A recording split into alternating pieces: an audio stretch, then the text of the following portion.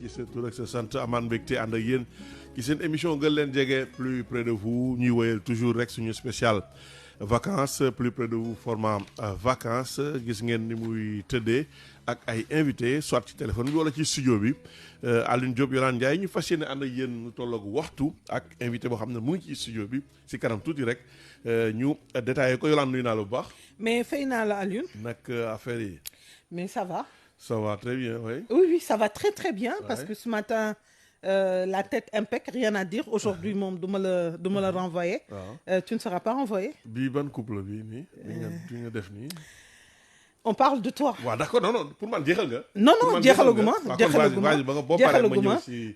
étifor ma ñëw bi si, baax na n'est-ce pas. Poivre sel bi da nga ko agencé avec waaw. le gris. Si. Tout est nickel. Merci merci à ma doomu baay à la maison Bintu maa ngi lay jaajëfal bu baax loxo bi moom xam naa ne moo fa jaar maa ngi jaajëfal bu baax. waaw boo pare nga. ah comme waaw ni ñu koy waxee bi ñu nekkee xale pare nga. waaw pare na voilà léegi bii. rëdd bi ma jaad ko wala. non non. mais yow lan naka affaire yi. ça se passe bien. boo bëggee rek ma kii ko de. non non ah man amuma benn problème rëdd bi daal gis naa fan yi rek. xam naa lu yàgg la. waaw Doudou Wade ak Pape Samba Mboup. Pape Samba Mboup. Pape Samba ne ko Doudou Wade ne ko bon ta main a une frontière bul dépasser lii mais boo gisee Pape Samba Mboup mu ne dépassé na. waaw kii dafa bëgg xeex de Doudou Wade bu fekkee ne xeex kii moom pare na moom. oui waaw kii pare na. non grand yooyu ah yàlla da leen a baax waaw bilaay. alors nii lañ leen di nuyoo saa su ne xam ngeen ne on joint l'utile à l'agréable fas yéene ànd ak yéen durant toute cette semaine nuyuwaat encore une fois suñu mbokk yi jaajëfal suñu borom jaajëfal leen bu baax yéen waaye santati suñu borom moom mi nga xam ne moo ñu may ñu mën a teewluwaat encore une fois bu baax jug doxi say soxla foog naa te defaloo leen suñu borom lay tax kon nag ñu santati ko bu baax a baax gannaaw ba ñu may wér ak wérle ñu mën fi nekk nuyu ak di ziyaar suñu mbokk auditeurs yi fépp fu ñu mën a ne rawatina suñu kilifa diine yi ak suñu kilifa aada yi ñu beral ci loxo waa Tiwaawoon xam ngeen ne ñu ngi ci burdu bi fii ak diir incha allah ñu ngi jëm ci li nga xam ne moo di gàmmu gi di ñaan suñu borom lépp lu ñu fa ñaan yal nañu ko suñu borom defaral ci burdu bi waaye nag gàmmu gi yàlla yóbbu ñu ci jàmm ak salaam ku nekk dem ñëwaat nag ci jàmm te lépp lu ñu fay ñaan aussi yàlla defal ñu ko mu doon li gën ci ñun alors Alioune tey xam nga ne Alioune Sénégal ndeysaan dañ lay séen nga pataa ñu ne kii de moom léegi dafa pataa kii moom nga tuuti ñu ne kii dafa am ay problème kii moom xam naa ne yàlla bu mu nekkuy sëy nag ñu ne kii moom sëyam neexul xoolal nga pataa ñu ne moo wayin kii gis ngeen ni mu men laay xoolal nit ki nag bu dëgërulee parce que Sénégal moom il faut un mental de fer boo amulee mental de fer tey nga dee boo pataawee ñu ne da ngaa pataa boo tuutee ñu ne da ngaa tuuti boo yooyee ñu ne da ngaa yooy bu nekk ñu jox ko explication. merci te ñoom ñooy xoolal ñooy wax ñooy joxe explication yow mii ngay dem léegi yow boo amulee un mental de fer bi tax yow que bañ a nga déglu yenn yi ben écoute ça commence à devenir du stress après ça peut aller à de la folie ou autre chose moo tax te ñu ne dañuy taxaw seetlu Sénégal fii ci Sénégal de la wax naka nga mën a nekk bien dans ta tête et dans ton corps nga am yaram dama am nag benn copine boo xam ne ñoo defandoo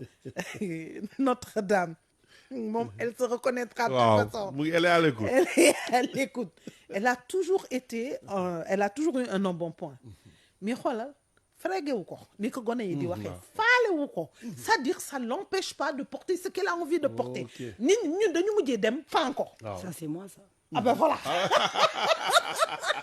ça fait moi non ba tey nii xoolal day sol ay pantalon bu yolaan bu leen ma rey yéen koo leen rey ngeen bëgg wàññeekuwuma defuma dara je suis comme ça caba moom xam na ki may wax parce que mu def dara kay non je l'adore parce que yoonam nekkul ci ligne ñi di wax malheureusement au Sénégal on te rend fou ou folle bu gaaw sax ndax da ngaa jël poids da ngaa jeex da ngaa def nii da ngaa def nee moo tax Alioune tey ñu invité Codou Kébé Codou Kébé ñi nekk ci réseau yëpp foog naa xam nañu ko ñiy bëgg a jeex te amuñu benn a dëgër laay ci seen lekk wala ci kii mel ni caba nga xam ne mburu fu mu leen fekk yóbbaale leen mais écoute tu vas pas maigrir alors moo tax tey ñu ne nag dañ koy invité parce qu'on a trop de stress en nous entre la maison les enfants et autres c'est du stress après nag ñu bëgg a toog les grossesses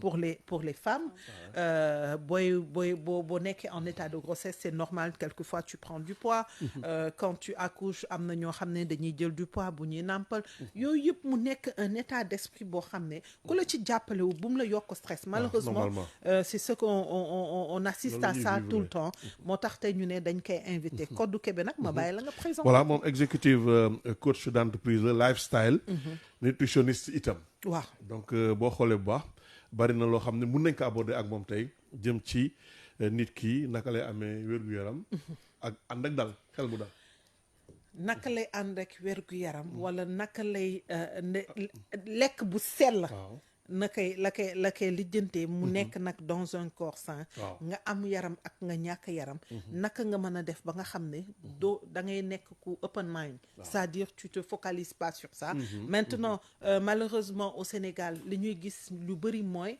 ñu bëri dañuy def ay cure pour jeex mais niñ koy defee et elle dina ci ñëwaat daanaka baaxul parce que tu perds beaucoup de poids et in fine après boo paree par exemple tu te dis je fais une cure d'1 mois 3 mois li ngay jëlaat après mooy ëpp li nga perdoon mu ngi noonu ñàkk xam naka lañ koy defee complément alimentaire nañ ñu waaye xale yi et ça yaay yi ak papa yi nekk ci biir tey kër yi wala ci biir bureau yi déglu leen xale yi ñu ngi waaj a ibbi pour d'aucuns ils ont déjà ouvert les goûters qu'on donne à nos enfants des jus chips ak ñoom seen dina ci indi ay leeral yoo xam ne je pense que ku fi jóge di nga am neneen looy gisee lekk surtout Kodou Kébé foog naa plus personne ne la présente maa ngi lay nuyu di la ziar di la fay Alioune ma lay nuyu di nuyu téléspectateurs yi Jóoba Juba waaw Jóob Dakar waaw Jóobu Souleymane Jóobu Jal jërëjëf tey moom dafa am ko dooleel soutien oui jal bu ndey ngoone dañuy wax soutien de taille waaw jal bu ndey ngoone demain on sera seul hein ok on profite d'aujourd'hui bien vu donc maa ngi nuyu ñëpp ñi nga xamante ne ñu ngi ñuy déglu di leen di remercier aussi si invitation bi parce que sujet bi dafa nekk sujet boo xamante ne dama ciy sawar le Sénégal est un pays boo xamante ne dafa tardé ci wàllum prévention dafa tardé aussi ci wàllum xool yeneen dëkk yi ni ñu vivre seen transition santé yi ñu utiliser chiffres yi pour mën a projeter wu et on est en fait dañu nekk au jour le jour et tant que duñu projeté wu duñu mën a am ay politique yoo xamante ne dañu naan xale bi tey suñu fexewul ba mu am lii ak lii en 2050 xale boobu mën na am du am santé mën na am du pare pour la transition économique bi nga xamante ne Afrique fa la jëm on connaît tous les ODD et xam nañ ne que ODD yooyu santé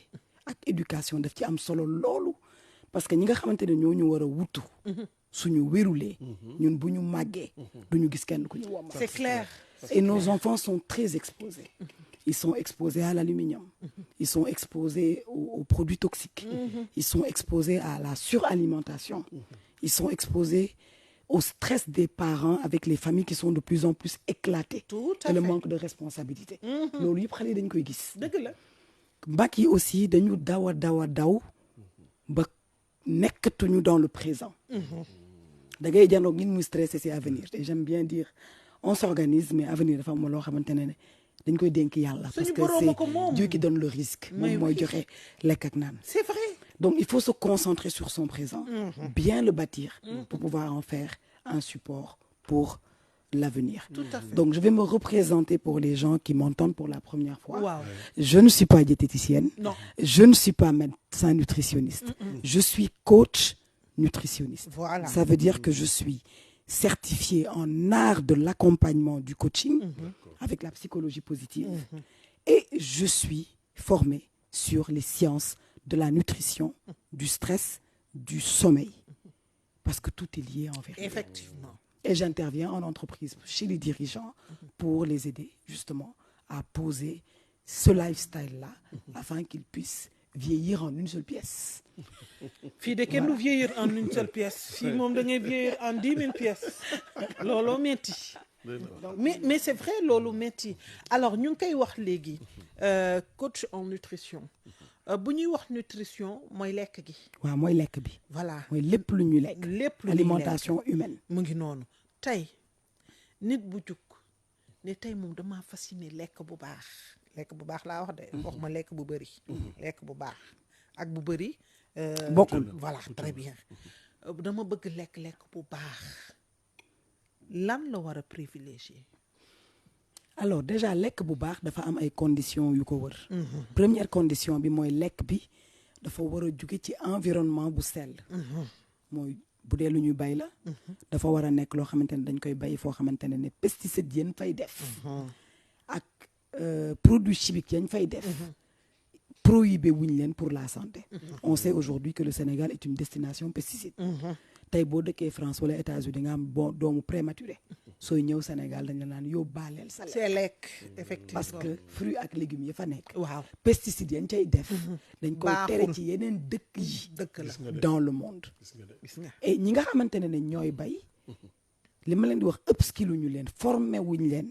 formation bi nga xamante ne day tax ñu mën a xam ne même bu dee boo ci defee produit bi picc yi duñ ko lekk. sax yi duñ ko lekk. waaye lu picc baak sax ba buggul ñun waruñu ko war a mën a lekk. ndax lekk day nëb. lekk day am sax. c'est la chaîne alimentaire. donc tey jii lekk bu sell day commencer par boo amul lu bio tamit ñu xool traçabilité li ñuy lekk. fi muy jugee te loolu mënuguñ ko. waaw kay. tey li ngay lekk xamoo fu mu jugee. di képp kuy bay yaay xool sa tool nu mu la safee. nga def ci lu la saf. te kenn du la xool boo jëlee par exemple am na benn produit bu ñu daan pompé ci fleurs yi ci kër yi bu amee bu amee kii yu weex yi molleton la tudd voilà molleton am na ñu koy jël di ko pompé ci lekk bi alors que c'est cancérigène ay waay donc produit alimentaire kenn waru ci def lu non alimentaire parce que ay métaux lourds la bu xasee ba dugg sa yaram dootul génn. oui ma yow mii boo ko waxee dañuy ne moo yéen kii bàyyi leen ma kii tubaab la waay. waaw mais xam nga comme je dis man li ma leen di wax rek man ku ma woo ci nutrition dama wax ba sama baat dee. am naa jot sawar naa yan ñu yàlla may wér. waaw miin yaram bi te dañ koy may sax. parce que ñi doon defal prévention il y a 10 ans. wala il y a 5 ans. ñooy ñëw ne la coach de lii nga ma doon wax. je viens de faire un cancer de ceci ou de cela. ou lii ou là très jeune 30 ans. 32 ans. waaw malheureusement 28 ans. malheureusement. donc il faut qu'on se pose la question. Pourquoi Sénégal am épidémie cancer. et des cancers très tôt. pourquoi boo demee tey jii. diabète ca ophtalmo ba fekk borom glaucome ya rang. boo ñëwul 6 heures du matin doo jàll. pourquoi cataracte bi takkarnaase. pourquoi benn mag gisatul.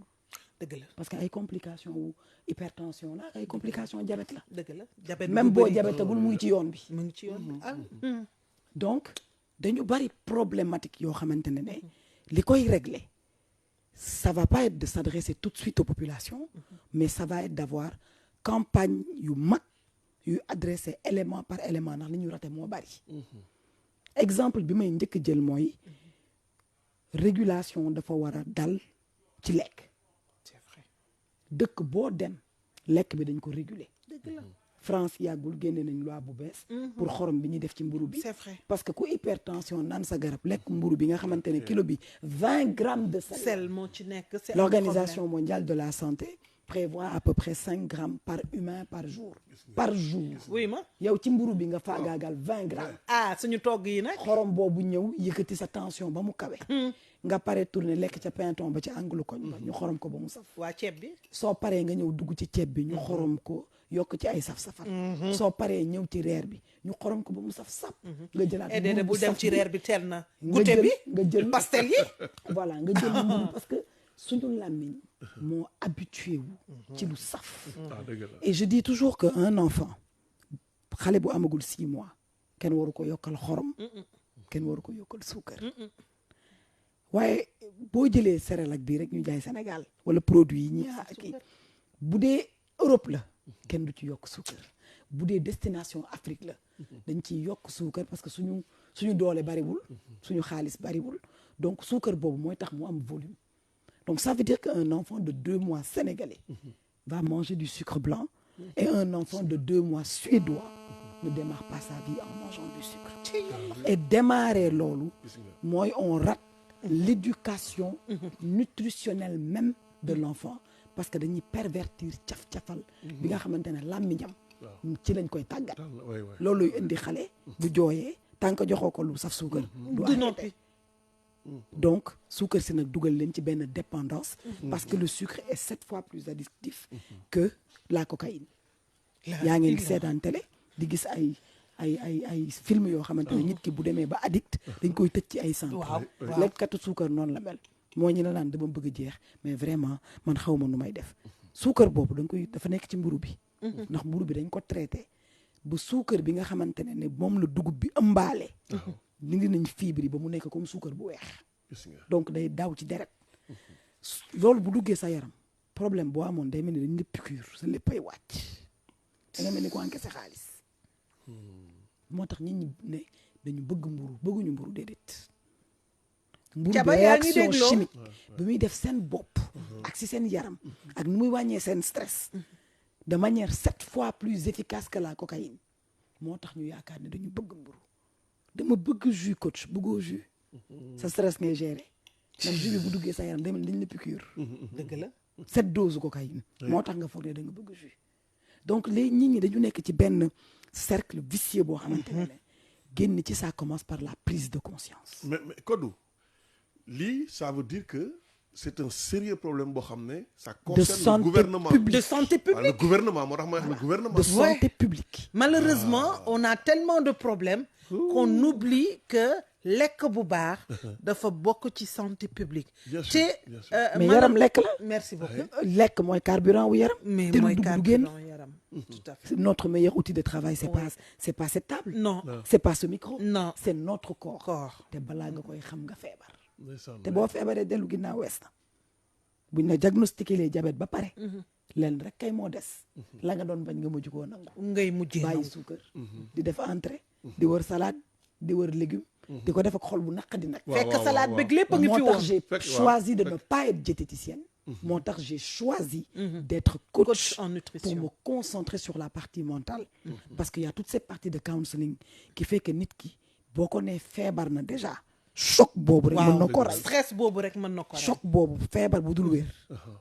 ak naan du ma naan garab feebar bu dul wér kay naan garab la une maladie qui est incurable c'est une maladie où tu prends tes médicaments c'est vrai à vie amul ay damay naan nebedaay ay c'est-à-dire déedéet da ngay naan garab bi la docteur bi jox amul astuce vas-y amul astuce amul raccourci li am mooy dem def sa bilan de santé ni ngay piloter sa liggéey di ko piloter sa ay chiffres nga piloter ko chiffres yi nekk sa biir yaram fan la sa glycémie à jeun toll fan la sa cholestérol toll lépp nga xool ko nga mën ko nag piloter et c'est à partir de là qu'on a de la confiance en soi alors Kodou yaa ngi wax toppatoo sa bopp c'est le meilleur moyen de se renforcer très bien dans son mental voilà dans son mental yaa ngi wax léegi lu am solo mooy dem xooli ji docteur bi dama bokk ci ñi nga xam ne nañ man damaa bëgg docteur parce que chaque at bëgg naa xam lu ne ci sama yaram loolooy yoon moom laa la bëggoon loolooy yoon moom laa bëggoon nga wax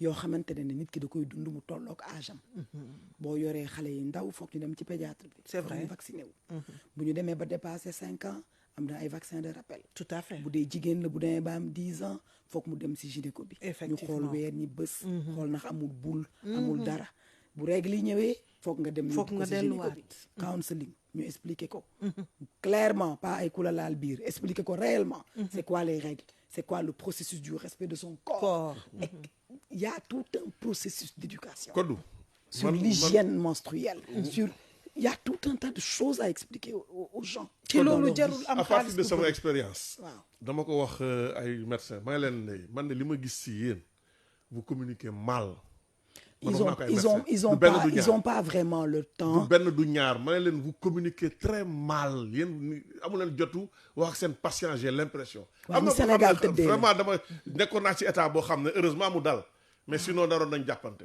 waaye ni Sénégal tëddee la boo demee ci dëkk bu mel ni France wala États-Unis tey jii boo très tôt dañ lay rendez-vous impliqué. d'abord dañ lay impliqué.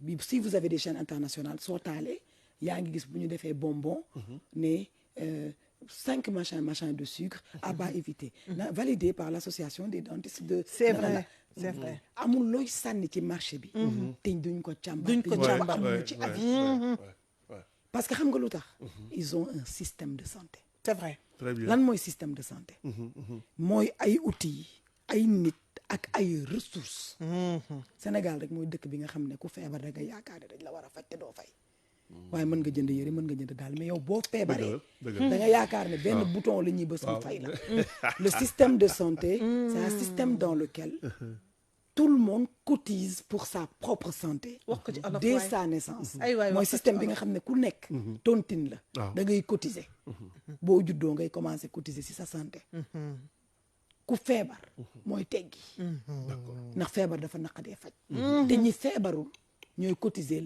pour ñiy feebar. donc ñoom dañuy def prévention pour limiter ñiy feebar pour que tontine bi bañ a tag loolu mooy système de santé d'accord. bu ko nekk joxee 1000 francs waaw. sur 18 millions d'habitants ku nekk di ko def boo juddoo ba toll fii ku am feebaru 200 millions tontine bi da lay faj dëgg la. normalement. waaye ku de am feebaru 200 millions dañ lay kettal ci réseaux sociaux yi ñi sa sutura carrément. parce que amuñu système de santé parce qu'il y a des mécanismes mais au-delà des mécanismes waaw. dafa am éducation Sénégal dañu maintenir nit ñi ci benn manque de responsabilisation tey boo doon def tey di tontine pour santé kenn du jënd déedéet te kenn du pourtant ñëw. ñi dul jënd soo waxee ñu ne la amuñu dara waaye ñu ngi jënd yére korité ñu ngi jënd yére tabaski déedéet ñu kooku ngi dem mooy ay am xew. exactement dem def ci kooku 1 am million. xew si def six waaw kii kañ. am na nuñ koy def 6 simmeeku waaw naan six 6 solo. nag waaw. ak 6 solo donc c'est un problème de mentalité il faut qu'on comprenne que communauté lañu nous ne sommes pas des individualités communauté boobu pour ñu am système buy dox médecin boobu su nekkoon beneen dëkk du xëy gis 60 malades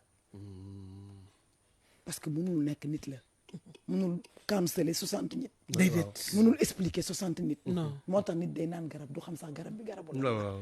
mais pas on a parce que même le pas médecin Kodou. n'a pas fait son travail mais parce que médecin bi nekkul ci condition mais c'est ça. ñaata médecin nga xam dañuy buuxante ci kaar yi dëgg la. ànd ak maladie Bari na. dëgg la. ñu amulee passe duñu xëy dëgg la. dëgg la de. ñaata médecin nga am pour ñu spécialiser wu foog ñëpp jàpp ci dëgg la.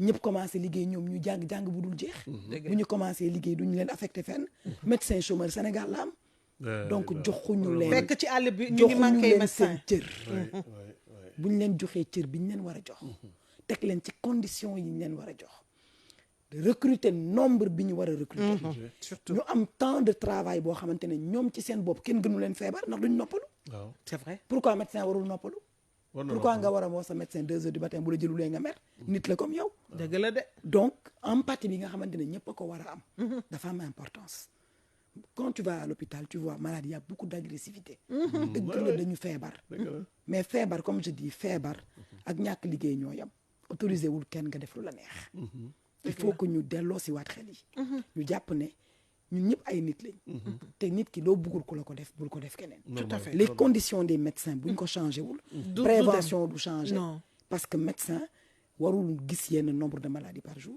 war nañ leen teg ci condition ñuy liggéey ci stressé. zone yoo xamante ne am na douche am na foo jàppee am na y a rien ah malheureusement. conditions yi foog mu réunir pour ñoom ñu efficace alors Kodou ñu ngi woon ci lekk gi. d'abord ne nga lekk bu sell lekk bu baax mu ngi commencer ci. ñu bay ko fu baax voilà xam li ngay lekk fu mu jugee ak ndax fi mu jugee ni nga ko béyee baax na. exactement léegi loolu moom problématique bi moom mu ngi fi tegee de toute façon mënuñu ci waxtaan tey ba indi ci ay solution mais au moins ñu wax ko nit ñi xam ko. ba noppi nag li chinois bi di wax li ngay lekk war nga ko mën a béy ci sa weewu tànk. exactement loolu lépp looy lekk warul traverser àddina bi pour retrouver wu sur ta table on retourne dans la sunna yàlla leeralal ñu nekk ne lépp li nga xamante ne soxla nañ ko pour dund ak pour faju mu ngi koy saxalee ci suñu wet wala daalin amin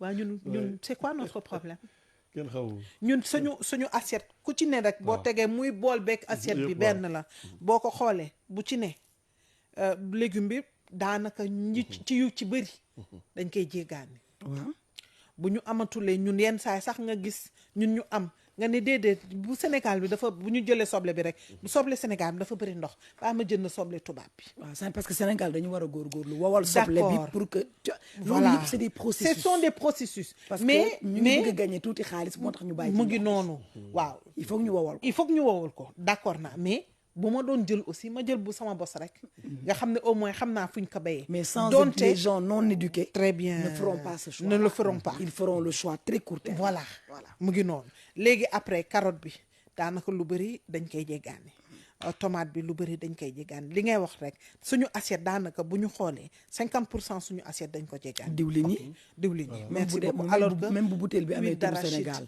waaw bul xam Non. bul xam fan lañ ko dajalee Voilà. des fois Diwlin. c'est des huiles multiples c'est ça gis du nga. du huile boo xamante ne benn origine lay am Déedéet. bii day jóge Espagne bii jóge fële ñu jël huile yu bokkul dajale leen traçabilité bi boo jëlee bouteille bi di ko liir doo am traçabilité gis nga gis nga. loolee bu ngay dee wax Afrique du Sud du fa dugg parce que il faut que ñu wax la ça a été cultivé là ah. huile Am ñu fula? la ñun origine rek la suñu xoolal dëkk xoolal produit ubbeekoo. français dañ naan origine voilà boo bu dee ginaar la ñu ne la élevé en plein air merci il faut expliquer mais niveau éducation bi ñu toll ñoo bokkul. nit ñi waaw. defaguñu différence bi suñu rôle nag mooy ñu éduquer nit ñi ba ñu gimmi parce que fi ñu jëm on a plus de 60% de la population qui est jeune et qui va doubler en 2050 oui si on n'investit pas dans l'éducation santé chaque personne bi nga xamante ne dugaluñ ci 1 franc dinañu coûter 8 francs chaque personne multiplié nit par ku X. nekk koo xam ne dugaloo ci 1 franc d'éducation feebaram dina la coûter 8 fois que la nga ca waroon dugal loolu mooy fi ñu jëm épidémie diabète tension cholestérol AVC mort subite parce que loolu yëpp li koy indi lan la ñàkk lekk moo ci biir kañ tàmbali na moom ñàkk nelaw alors on va dire que ba tey c'est là ba tey âge bi lu nit mën a dégg la mais day wàcc la projection c'est que les gens vont tomber malades plus tôt ndax yow boo juree sa doom gis nga. di lekk lu bon waaw. ba 50 ans nga jabet yow xale boobu yow ba ngay nekk xale lor nga la nga ko. doon lekk la ay lekk pëndaxu la buy lekk waaw. ay daw dàqe Waaw. ay fo dëkkoo woon ci appartement da nga doon football condition de lifestyle yi nga amoon sa doom du ko am c'est vrai dañ koy tëj ci appartement du génn il est sédentaire il est assis à l'école il mange du sucre boole ci yow li yow parent bi lu bon li nga lekk ba mu feebar xale boobu boole loolu donc xale boobu moo lay njëkk feebar Mais xale boobu feebaram mooy gën a garaaw waaw. loolu mooy danger wu hérédité fii, waaw. hérédité bi du li jóge ci deret bi kese dafa Ok, am loo xamante ne ok. style de vie la lu ci bari boo jabetee à 70% sa doom dina jabet pas forcément parce que jabet dafa nekk sa deret mais parce que li ngay lekk yow ak sa doom a ko bokk c'est vrai boo demee ba am 25 ans am doom di lekk lu bon moom moo am 1 an nga am 25 ans ouais, ngay lekk lu bon ba jabet 50 ans yow au moins de 1 à 25 ans sa parent daan la jox pëndaxu buy ngay lekk ay ndaamaraas di lekk ay darkase Ay yow sa day doom xamul loolu déedéet Ouais. xamuñu ko xamuñu siddee sa doom yi dañu judd rek nga leen di branché ay bonbons ay Kenn jus xamul, ay chips c'est vrai des choses qui viennent de boîtes et de paquets transformé. donc yow li la feebar on va dire que si sa deuxième partie vie nga ci am accès ci am, commencé liggéey Moom ci commencé am tuuti première- xaalis moom ci commencé première partie- moom dans première sa partie. première partie de sa vie Ouais. il est soumis au même risque que le parent donc un enfant de 1 à 5 ans est soumis au même risque que son parent quand il avait 25 ans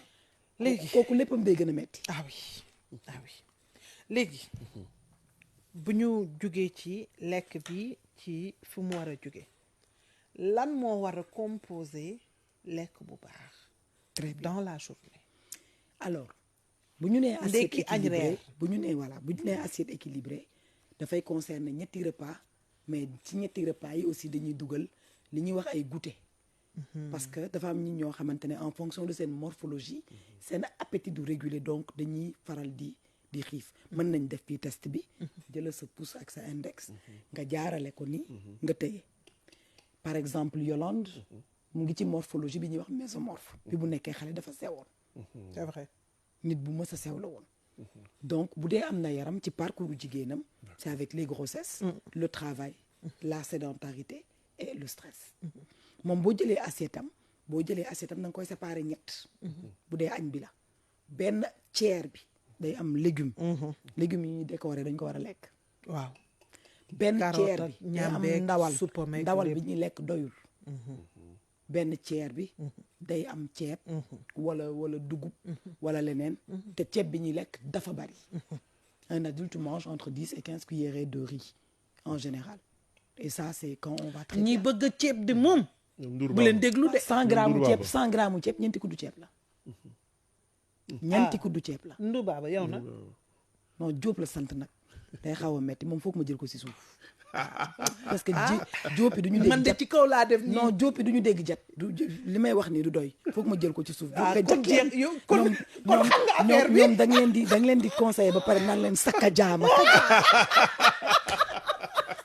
du ñu dégg jat yow wuy ma kon xam nga affaire bi kondu Après pare boo naa ci wuy ma la sant yaaya na nekk ci biir kër ga xam naa mu ngi réew ba tëdd ci suuf du ñu dégg jat Diop yi dañuy suñu paree fii nag dañuy def réunion de famille pour samay doom ay jóobeen lañu dañuy reer mu jeex ñu commencé jooy waaw jóobeen kon wuy ma kon nag bàyyi naa la ko man pare naa ci moom yow dinaa la jël ci suuf ah d'accord kon du amaat problème. du ma nangu fii nangu naa ko. ñu lay toroxal ci plat non man pare naa ci doo ko def. non man pare naa ci léegi Alioune defal test bi ma xool waaw jëlal sa pouce ak sa index là ou bien. pareil donc Alioune était un jeune homme mince waaw ça c'est vrai. ça c'est vrai. maase maintenant avec le temps embourgeoisé wu xam nga commencé dawal oto xam nga ñu koy defal ñu koy berne ci biir ñi kër ko gi. benn ci biir kër gi donc et puis avec le travail on bouge moins oui waaw ça ndax c'est boo vrai. nekkee xale imaginel booy dem université da ngay yooyu waaw. nga dem ba nekk mag commencé wàññi dox bi jël oto bi donc sédentarité aussi c'est une grosse problématique au Sénégal parce qu'on est sédentaire quand on fait moins de 30 minutes de sport tous les jours ah non boobu ça s'applique pas à moi il faut faire du sport tous les jours même si c'est 30 minutes de marche bu sérieux alors pour le sport code foofu est-ce que par exemple comme Alioune mii di xam ne day xëy le matin jóge këram ñëw fii dox wala jóge fii dem këram dox est-ce que c'est du sport non alors on a ce qu'on appelle le NEAT le non-exercise activity c'est l'activité que tu dois faire pour aller travailler t'occuper de tes enfants c'est pas du sport c'est de l'activité physique non sportive non-exercise activity voilà quand tu décides de faire du sport da ngay am stratégie da nga naan je fais du sport pourquoi pour me sentir bien je fais du yoga je fais du pilates je suis stressé je fais du yoga je fais du pilates je veux garder mon muscle je fais du yoga du pilates du cardio du renforcement musculaire et je fais une demi-heure par jour sport c'est sérieux day am ay jumping jack di am ay burpees sport day takarnaase marche bi c'est du sport ça permet d'aller déloger le gras parce que yaram comme oto la waaw sport booy def day activer benn vitesse bu bees ok su dee da ngay marche le corps utilise le gras comme source d'énergie donc bu dee da nga am graisse il faut ngay da koy marche seeyal d'accord. en tout cas moom lay jël utiliser ko def ko source d'énergie mooy vitesse 1 bu dee da ngay daw suukar bi nga lekk ci journée bi la sa yaram di utiliser comme énergie su jeexee mu dooru utiliser graisse bi nekk en réserve donc le tout dépend de la stratégie même sport c'est une science à part entière qui nécessite des stratégies on doit regarder l'âge la santé qualité de sport le poids et puis l'agilité effectivement su dee yow booy squat sa oom yi danaan kakakakakakak jaru ko munoo def squat bu droit déedéet il faut nga écarter ça ay genoux vers l'extérieur pour que le poids ne repose pas sur tes jambes il y a des méthodes et il y a des stratégies par personne en fonction de comment tu te sens loolu moom à 50 ans 60 ans est-ce que soxla na ngay def yenn mouvement yu am doole yi comme un jeune buy entraîner barre fixe etc tout ça. On doit faire du sport toute sa vie on peut faire de la barre fixe jusqu'à moi mon père a fait du sport jusqu'à il est décédé à 83 ans il a fait du sport jusqu'à la veille de son décès mais est-ce je veux dire boo demee koo xam ne mu ngi ci salle de culture physique outils yi fa nekk yëpp mën na ko utiliser bien sûr il a 30 ans 40 ans mais comme 60 ans 65 ans. Ça ne change rien. Ça ne change rien. Man Quelqu'un gis qui naa ne s'est fi may pas voilà. arrêté, C'est ça. c'est quelqu'un qui fait du sport toute sa vie et qui adapte les charges. Parce que Maintenant mën nga ko def moins temps bi mën na wàññeeku. le tout dépend de la le force. tout dépend C'est pas l'âge, voilà. en fait. Le tout dépend de la. C'est une culture. voilà c'est ça. voilà c'est-à-dire li Le ma tout wax dépend de la. dama wax joxe âge bi pour joxe à peu près doole nit ki. Waaw. mais c'est pas l'âge effectivement. Voilà, doole mais bi ci dañ koy capacité tabax. bi. C'est ça. doole bi dañ koy tabax. voilà Hier, j'ai regardé un ok. jeu paralympique, Ouais. un vieux de 73 ans Waaw. qui a fait les 100 mètres. Oui. 14 secondes. Waaw 14 wóoruma ne secondes. mën naa def 14 secondes. Effectivement. Parce qu'il a couru toute sa vie, en fait. Ok. Et vous allez le retrouver chez les militaires. C'est vrai. Les militaires, ils vont rester actifs quasiment la plupart de leur vie. Am naa ci benn kër ga. Donc, c'est des stratégies. Ouais, tout à fait. Alors ñu bëri ñu ngi nekk di xam naa ne bëgg a dugg ci émission bi. Am ay laaj yu ñuy laaj code balaa ñoo àkkale 33 849 12 45 Médoune bu ñu amee auditeur mu gàtt bu dee laaj la ngeen laaj ko code mu tontu leen comme ça mu mën a gaaw. Parce que lépp lu ñu bëgg a wax xam naa ne du fi xaj mais au moins ñu wax ci luñ ci mën. Médoune am nañu auditeur en ligne ñu jël ko allo. Malheureusement kooku dem na 33 849 12 45 allo. asalaamaaleykum. aleykum salaam wa rahmatulah sëñ bi noo tudd ak fooy wootee. man la Abdoulaye Sow. Abdoulaye Sow. waaw. yow la ñuy déglu. di kontaan si waxtaan bi trop. jërëjëf Sow. kudd yu mu wax si wàññi ceeb bi. so Ablaye ngi ne waaw kudd la wax. Ablaye yëfu pël yi ngay def mooy lan yow tamit nag. kuddu yee la jaaxal. ni kontaan émission bi trop. waaw jërëjëf waa léegi nga ne kuddu yi. kudd yu mu wax nañu wàññi kay. waaw. ñaata kudd nga bëgg yow. waaw am na benn laaj may laaj. comme xale buy jooy ni nga gis rek nit bàyyi doomam boo yàgg nga gis muy jooy nga gis nit indi goudron def si ndox tuut def suukar tuut jokk loolu lu muy def si xale bi loolu laay laaj. ndox ak lan. suukar. ndox ak suukar rek nga gis ñu nax fekk yaayam daa génn wala mu xaw a sori tuuti. waaw. ñu jël xooyal ndox ak suukar rek jox ko. waaw jox ko wala nga gis mu jooy métti ndey gi ñëw rek jékki-jékki jox ko ween bi. te raxasu ko defu ko dara. waaw. loolu ngay laajte lu muy tekki. waaw. waaw baax na incha allah on te laisse répondre. Oui alors damay commencer si nàmpal bi. xale dafay nàmp parce que dafa xiif. xale dafay nàmp parce que dafa mar. mais xale dafay nàmp pour dalal xelam. c'est ce qu'on appelle le besoin de succion mooy. waaw mooy xale bi nàmp bi muy nàmp dafay dalal xelam. ba pare créer benn connexion ak yaayam.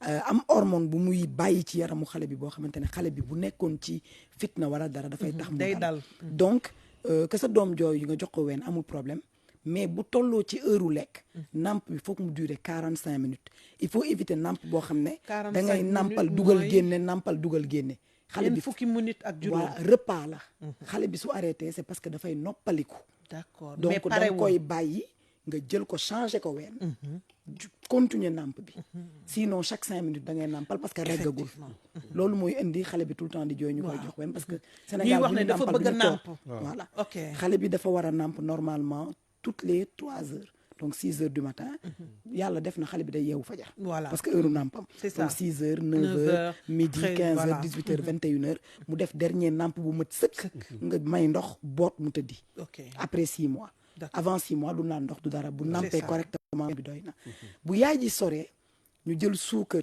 Ak def ci ndox, ndox jox xóoyal. ko xale bi day noppi parce que suukar suukar bi nga doon wax sànq. daf koy calmer ndax suukar bi comme cocaïne day mel ni ku ñu piqûre da koy calmer suukar bi da koy dugal ci ni ñuy wax hypoglycémie réactionnelle mooy bu toogee 2 heures de temps après day wala benn 1 heure day Day mel nalaw ni kuy gëmmentu. day gëmmentu parce que dañ ko shooté donc l'enfant va se calmer ils n'ont pas l'explication scientifique mais ils savent que ça marche donc dañ lay jox Donte suukar amuñu li explication gënoon mooy scientifique, ouais. utal ko meew defaral ko carrément meew mu naan ko jusqu'à 6 mois après 6 mois nag xale bi mën na lekk su jooyee ñu jox ko mu lekk après 6 mois bu ñu obligé di ko jox ndox ak suukar c'est parce que xale bi stressé na ndox ak suukar bee koy calmer soo ko joxee lekk da koy fël parce que tàmm na suukar il est déjà dans le processus d'addiction c'est vrai voilà 33 849 12 45 am nañ auditeur en ligne allo.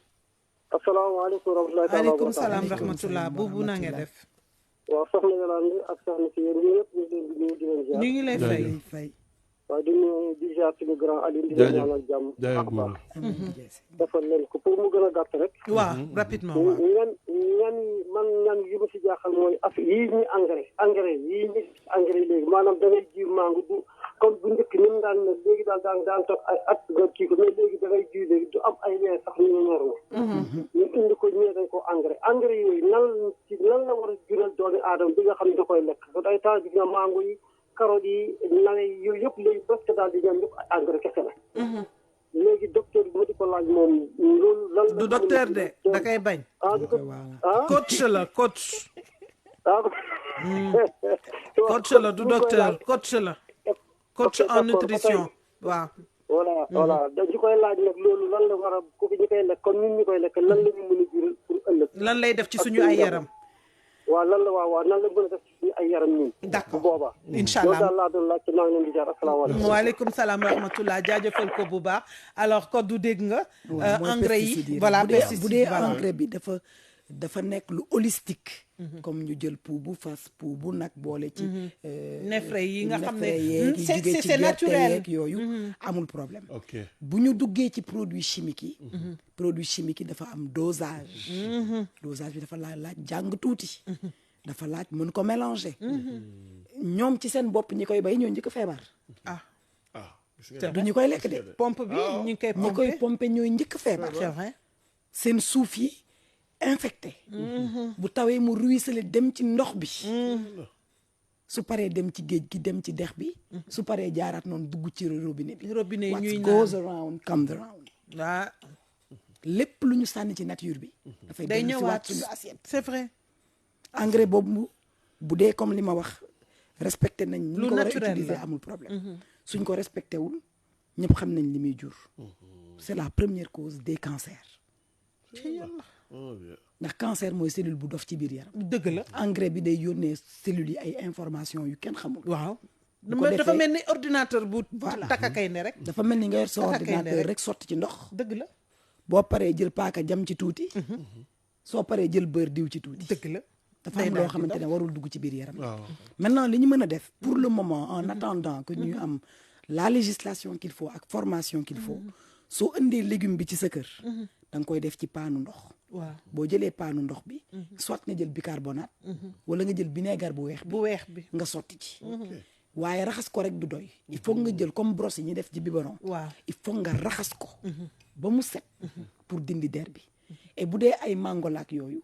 nga bañ a lekk der bi. waaw. produit moom bu chimique il faut impérativement soo koy lekk. bu dee éviter, légume la waaw. nga enlever la Der peau bi. pour limiter la contamination. d'accord d'accord donc yëykatu deru mango yi.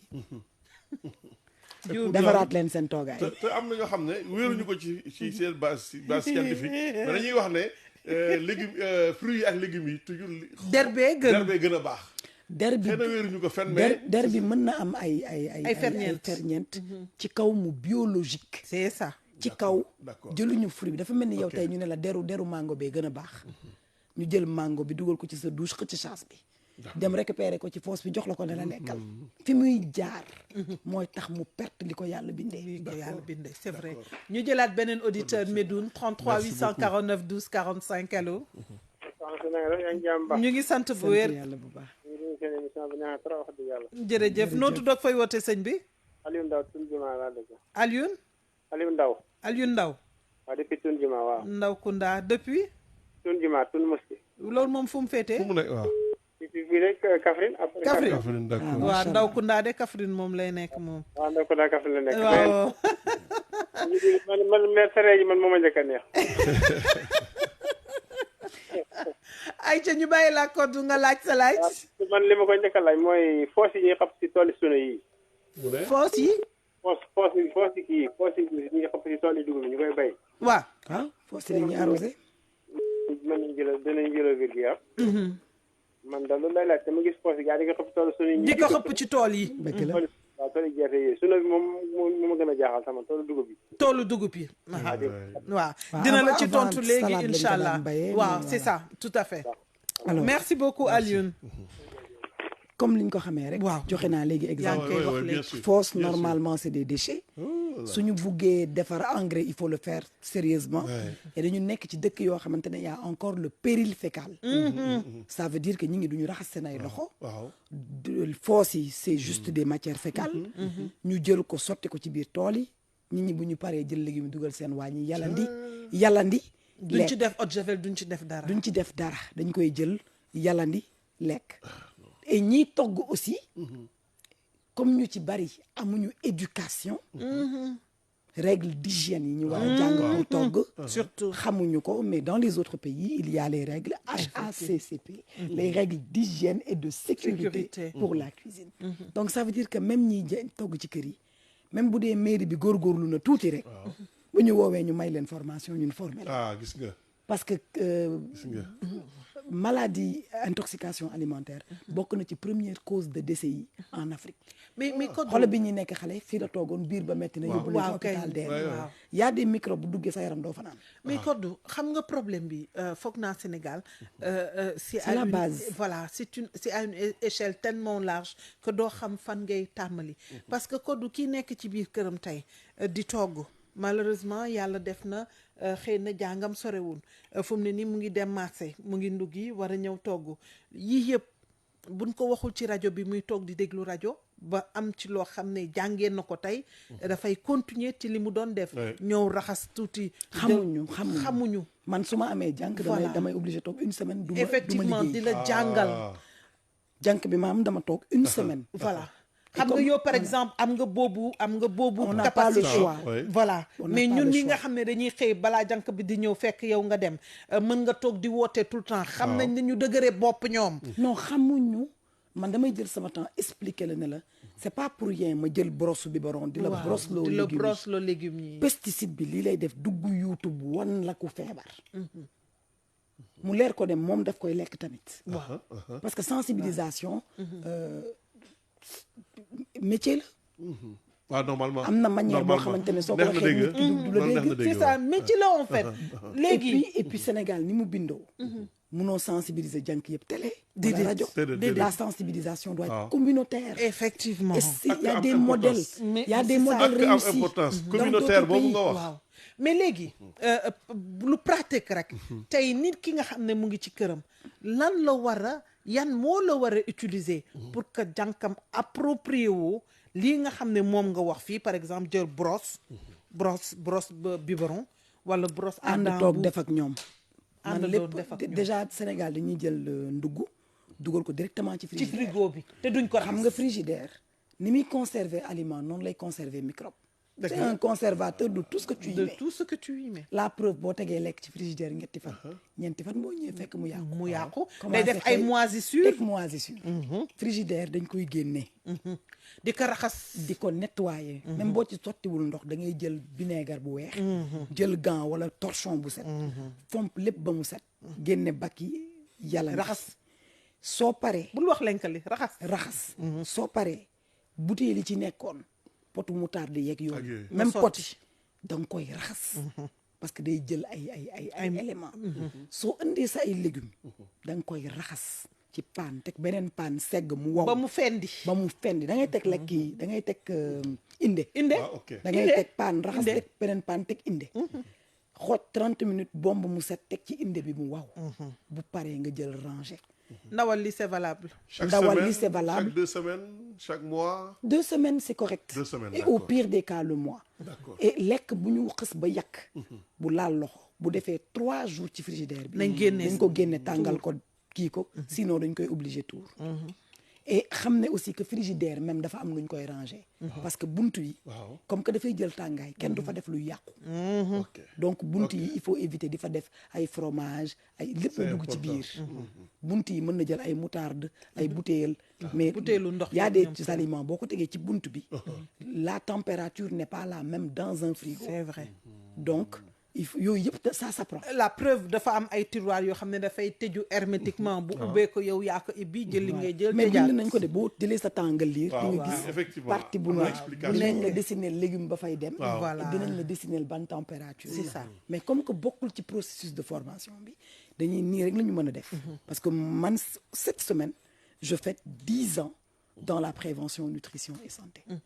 on a fait le tour de toutes les télés et de toutes les radios ces 10 dernières années waaye du ñu tàyyi parce que li may wax li ñuy def pour mu am njëriñ foog mu amal njëriñ suñu ay communauté te loolu dafa nekk suñu responsabilité. alors bi ci topp les 10 dernières minutes foog naa il faut que ñu jagleel ko xale yi.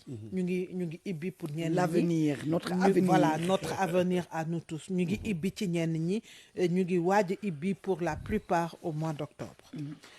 Le premier problème qui va se poser pour les parents ce sera le goûter.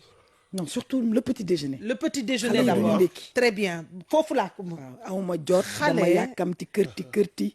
c'est indispensable chaque jour moo wax ko fi xale bu xëyee war nañ ko mën a yee à temps mu sangu d'abord un corps sain dans un esprit sain corps sain day commencer ci sangu bu ko yaay ji yeewee may ko benn 5 minutes qu'il reprenne ses esprits et tout parce que xale mënoo nelaw yow tardé nga fëgg xale bi dawul gaaw ki non xale yi n'ont pas les mêmes problèmes que nous c'est des enfants ñoom li may wax lekk naan nelaw la ñu mu ngi noonu tu le perturbes da nga koy yee nànk mu jël ay repères nga sang ko ba mu set. ba pare am routine. merci même routine tous les jours. lal table bi dès la nuit. dès la nuit ak génn yére loolu ça revient aux parents lu yéen parents yi de toute façon yéen moom du ma wax ak yéen man xale bi moo ma intéressé tey léegi bu sangoo ba noppi ba war a toog quand je vois des parents dire non sama doom tàmmalu ma ko ndekki ça me.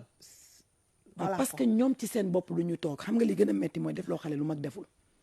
boo nee xale bi tegal sa téléphone nga yor sa téléphone ça marche pas l'enfant n'est pas éduqué par tout ce que tu dis il est éduqué par tout ce que tu fais le petit déjeuner est un repas familial donc dañuy lal table bi ñu toog ñu janoo ku ne jël sa kaas mais bu jànk bi bëggee ndekkee ma tey ci suba dugg naa ci boutique jànk baa ngi ba ma xale bi naan ko waxal li nga bëgg laa wax jàpp xale bi ërtal ko ma ne ko soxna si yow kii def ko nànk mu ne ma dafa réew parce que bon bi si moom dafa sonn et il faut que les parents s'organisent parce que ku jur yërëm waaye ku jurul du yërëm dëgg la wallaay ku jur yërëm donc la logistique du matin là elle est importante et il faut la préparer le soir dès le soir def saak yi goûter yi mu dugg goûter yi l'essentiel il faut comprendre que 20 à 25% li xale bi soxla ci yaramam suba la koy lekk mooy tey jii boo jëlee fukki yëf yu xale bi war a lekk lu tolloog 2,5 ci ndekki bi la ndekki xale lan la war a comporter pour ki nga xam ne dafay dem école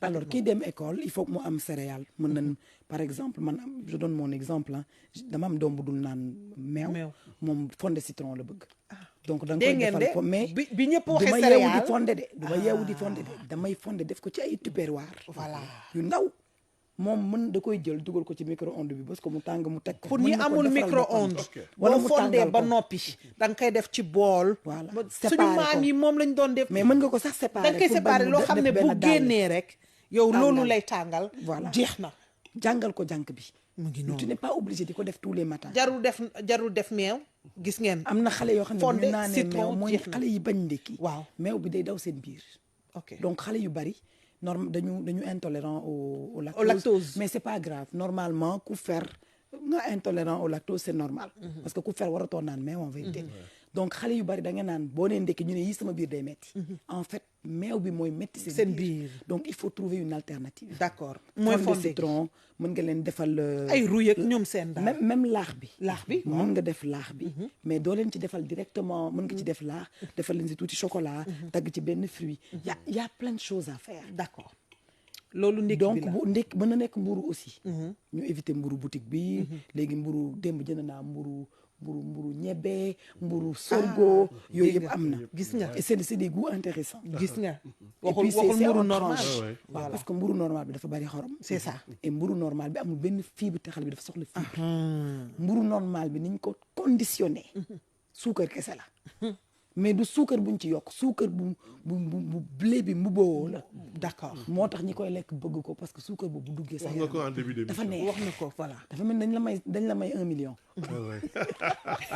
léegi donc on diminue le pain ok on change de pain on passe Voilà. sur des pains locaux mu ngi noonu ils sont en tranche on les trouve dans les grandes surfaces dans les grandes Ouais, surfaces ki bëgg meew ñu tàngalal ko meew c'est bien que ñu am boisson chaude waaw mën na nekk meew mën na nekk kenkiliba mën na nekk dute bi ñu def attention si xale yi ndaw yi voilà parce que xale yi mën na nanguwul wàccee seen lekk tension yi. ak xale yi nga xamante ne dañu mës a am anémie ndax dute bi dafay Effectivement. limiter capacité ñu tout fixer à fer fait bi effectivement. bu ñu paree ci loolu Waaw. ñu jox leen benn produit laitier ku bëggul meew mën nga def fromage ndax fromage bi comme que dañ ko togg lactose bi de c'est moins virulent yaourt. et on rajoute wala yaourt wala on rajoute un fruit fruit de saison un fruit doit être fruit bi nga xam ne mooy sax xaal am na dagg leen seen ay xaal dagg ko ay carré su xale yi ndekkee ba pare nga teg ku nekk jël jam sa fourchette naan sa ndox bu ñu dem école pas de jus jus du xew du feet ba ñu nekk xale balaa ngaa gis jus xew day am dëgg la waxal ci donc kaw. un humain n'a pas besoin de jus un verre de jus ou une bouteille de jus c'est 16 carrés de sucre la ilaha c'est illallah 90 grammes de sucre presque 100 grammes mooy kilo bi nga xaaj ko par 10 xale bi soxlawul loolu sinon bu 10 heures yi day nelaw bu nelawee ñu ne dafa nulaar kuuru mat fekk te kuuru mat ba fekk na muy hypoglycémie wallaay.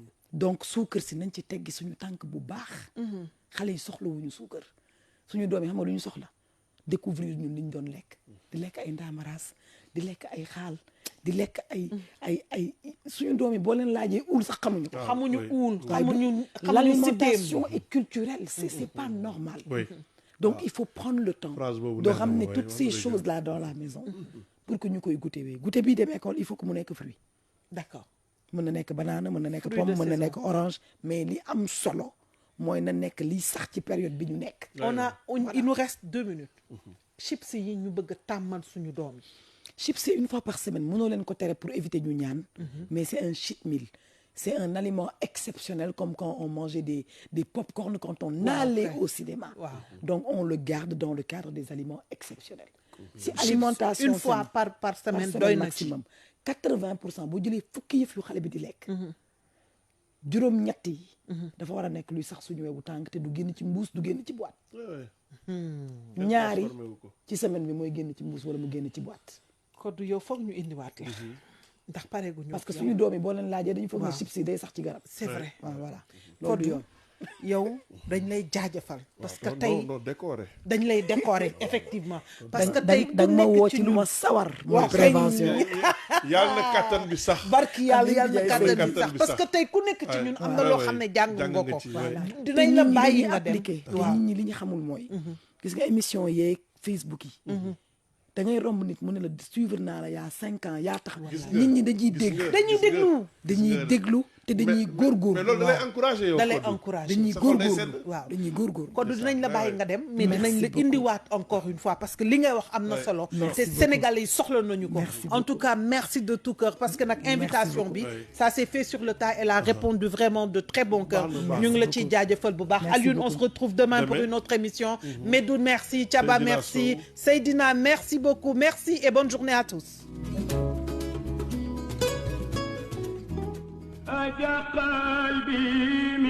ci guddi yonent bi ñu dëgmal Grand Moulin de Dakar mi ngi leen di ziar te di leen ñaanal gàmmu jàmm GMD toute une vie. Musique, sport, info, culture, société, économie, éducation. Radio Sénégal International, tout le monde se retrouve. Radio Sénégal, la radio de toute l'actualité.